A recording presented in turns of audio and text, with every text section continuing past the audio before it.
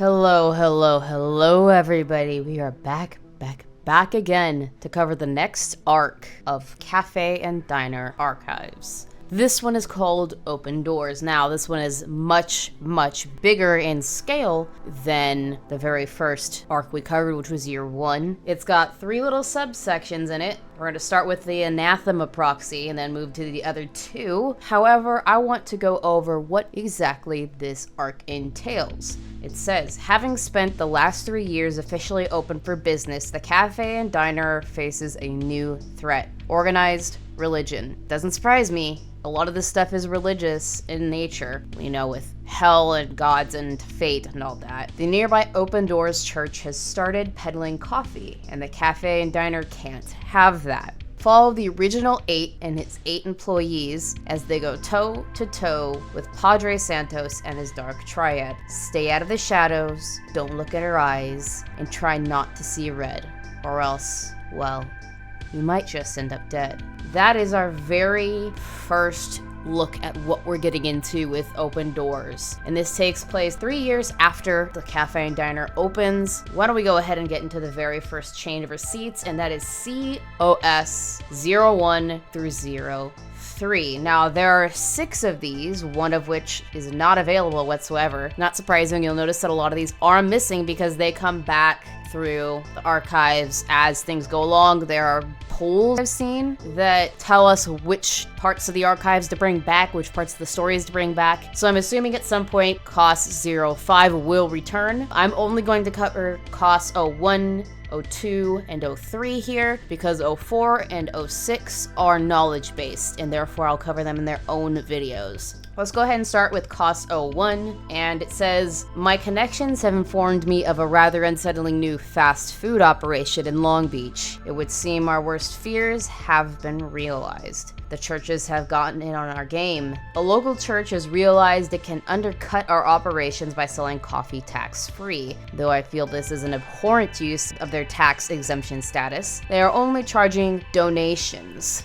What a load. It's the Open Doors of St. Alphonsus Rodriguez Catholic Church, or Open Doors for short. The head of the parish is Padre Antonio Jesus Santos. Everyone calls him Padre. Originally from up north, large and in charge, bad to the bone, comes in at 3 o'clock. His flock seems faithful and more or less unaware of the Canadian among them. No need to go and harass any of them, yet a source indicates he's brought company with him. Very typical of Padre. There is no information yet on who he has brought, but be aware Canadians are roaming around Long Beach. Padre, of course, is glamorous to say the least. He's not a significant threat as he is now, but if he were to take his mask off, it'd be an all-hands affair. Not sure what he's up to, but I'll ask around. Whatever it is, it's bizarre for him to come down to the US to do it. It must be a big play. I'll keep everyone updated as I learn more. In the meantime, try to keep your distance from the Open Doors Church. I don't want him getting antsy for coffee we haven't brewed yet.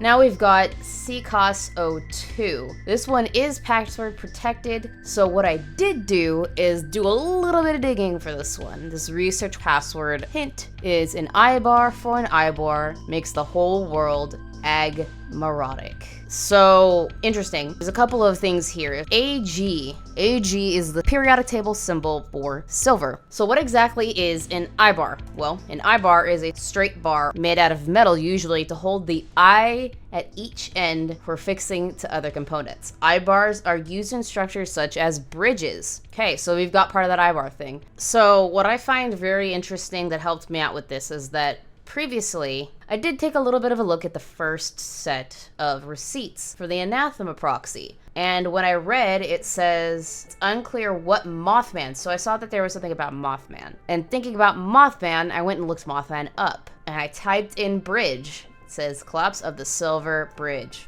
So I'm thinking because it says something about silver in there and it's talking about I-bars. I-bars are used in bridges. Silver Bridge.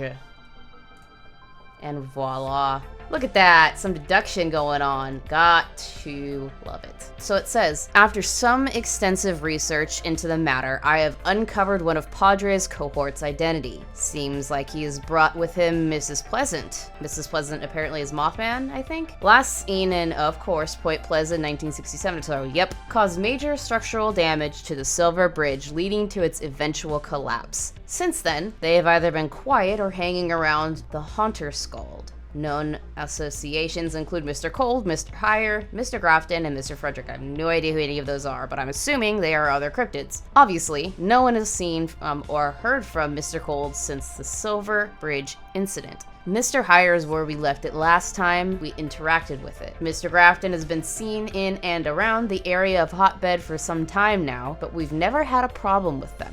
Mrs. Peasant may be using a few Mr. Graftons for muscle as he has in the past, and then there is the ever-strange Mr. Frederick. Haven't seen or heard from him since 1993. Presumably, he's in the Esther Scald. It is unlikely he's working for or with Mrs. Pleasant. Speaking of Mrs. Pleasant, he is a dangerous, blooded demon. Physically, he's not terribly strong, but he can move at alarming speeds when in flight. His most dangerous feature is his hypnotic red eyes. Do not look him in the eyes. Do not look him in the eyes. Upon looking into his eyes, you will be hit with strong hypnotic suggestions towards self-harm, destruction, and above all else, fear. One look, and you might just find yourself weakening a very important Ibar. As for his association with Padre, that is an interesting one. Being a blooded demon, he has no obligation to Padre, unlike Padre's more devout followers who have signed their names into his book. I think it is most likely he was recruited by Padre. Perhaps once we learn the identity of his other cohorts, the picture will become more evident. I will continue to search around to see what I can find. Remember, do not look in Pleasant's eyes.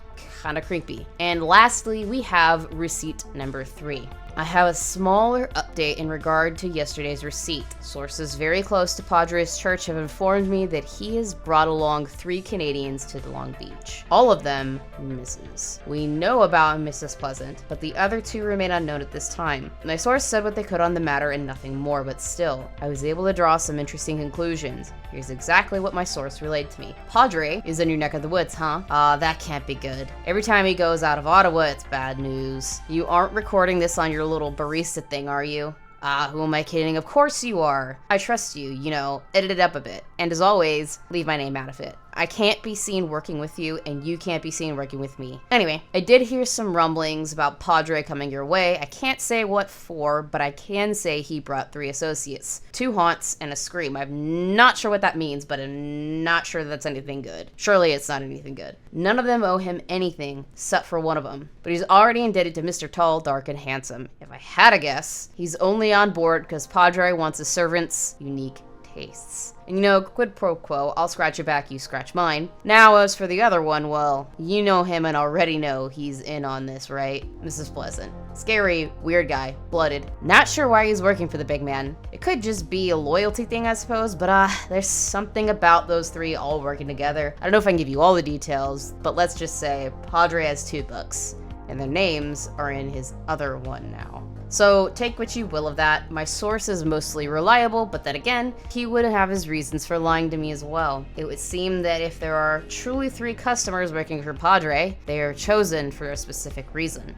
A reason that lies within his other book. I know someone who knows a lot about Padre's various written books, but unfortunately, it will take time to get in touch with them. Also, other books are vague, seeing as Padre has written his fair share of notable books. In any case, I'll continue to ask around per usual. That's it for this particular video, seeing as the other 2 need to be their own separate as they are knowledge-based questions. So, with that in mind, I will see you in the next one.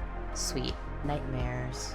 I wanted to take this time to thank my Patreons and channel members. Your support is so greatly appreciated and I can't thank you enough. If you'd like to become a Patreon, there is a link in the description below, and if you'd like to become a channel member, just go ahead and click that join button and join the Truth Sleuths and Horror Hounds. All channel members and Patreons receive 24-hour access to videos prior to their public release and exclusive updates on my progress, After a certain tier, you can request that I do a certain topic or movie review, or you can even request that I do a game live stream, whichever works for you. At the highest tier, you not only get to choose the topic in which I cover, you get to either co-host the stream or the video that I do that covers said topic, no matter if it's one or multiple. Of course, this is not obligatory. If you want to support the channel, I greatly appreciate it, and once again, thank you so much.